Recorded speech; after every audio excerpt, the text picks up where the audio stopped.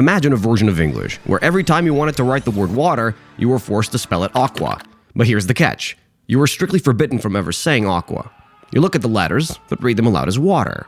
Now imagine doing this for half of the words in your language. For over 1,000 years, this was the reality for literate Iranians. Before they adopted Arabic script, a system of writing Persian existed that was so convoluted, it makes the limitations of its modern spelling negligible.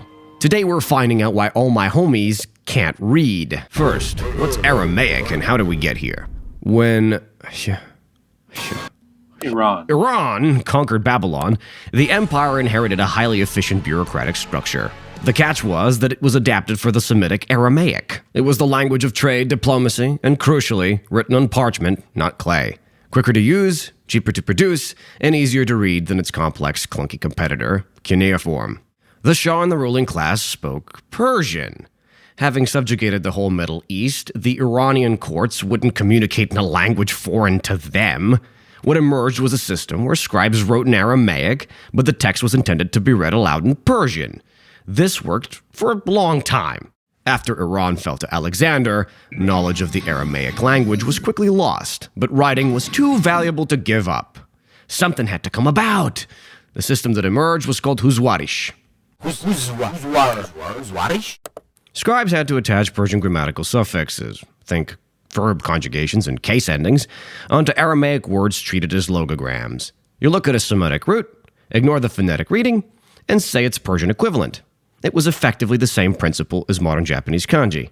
See a Chinese character, pronounce a Japanese word. To make matters worse, the script itself consolidated over time. During the late Sasanian period, what came to be known as Book Pahlavi whittled down the 22 Aramaic letters to just roughly 12 distinct shapes. The letter waw was the worst offender. A single vertical stroke could represent the sound na, ra, or wa. You see a word with 3 vertical strokes.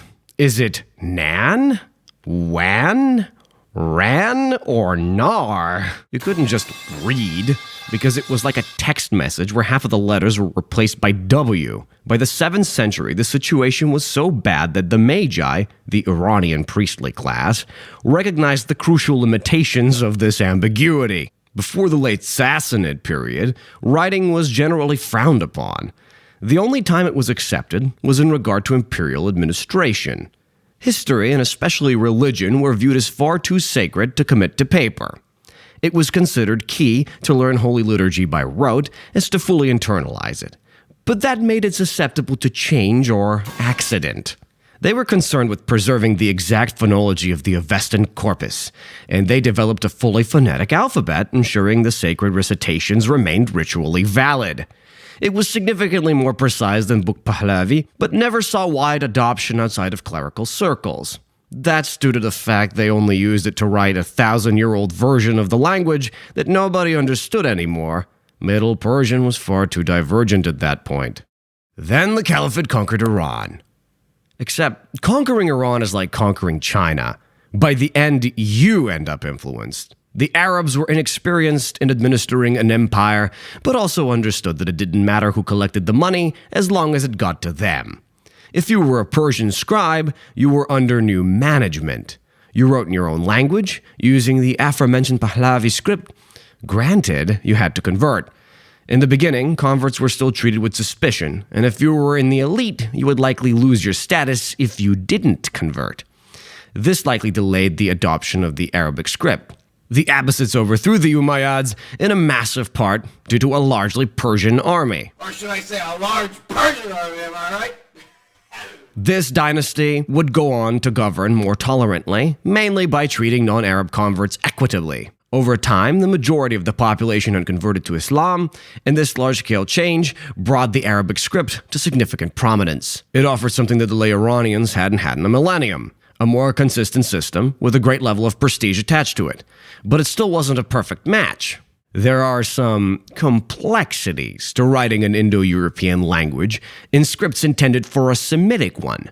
The main issue relates to the consonants and Persian's resulting redundant letter count. A whopping 4 Z's, 3 S's, 2 T's, 2 H's, even the humble glottal stop gets 2 letters. There was also the need to create 4 extra phonemes the script lacked, leading to Persian ironically having the larger abjad. You might feel incredulous. Surely, you think, you don't have to write native Persian vocabulary using these redundant letters. No, you don't. You're right. Shock and awe, you find out that Persian is significantly borrowed from classical Arabic. It doesn't preserve the pronunciation of those loans, but it has kept the spelling. Arabic loanwords make up a quarter of daily conversation, and in discussion of politics, economy, and religion, the number skyrockets. The result? A language full of words that sound identical, but are written differently. Just like English. If you're just talking, you can surely rely on context. But for learners and more careless natives, this could lead to embarrassing situations. You may be intending to write your hospitable professor a thank you email. You open by referring to him as Mr. Reza, or so you think, as you accidentally address him as Chief Eunuch Reza, all while thanking his wife for the delicious judgment she served you for dinner. Despite all of that, it's not that bad. Persian is in a state of diglossia, where the written standard diverges from the spoken one. Spelling is difficult due to homophones. Vowels aren't written. It seems daunting, right? Except it isn't.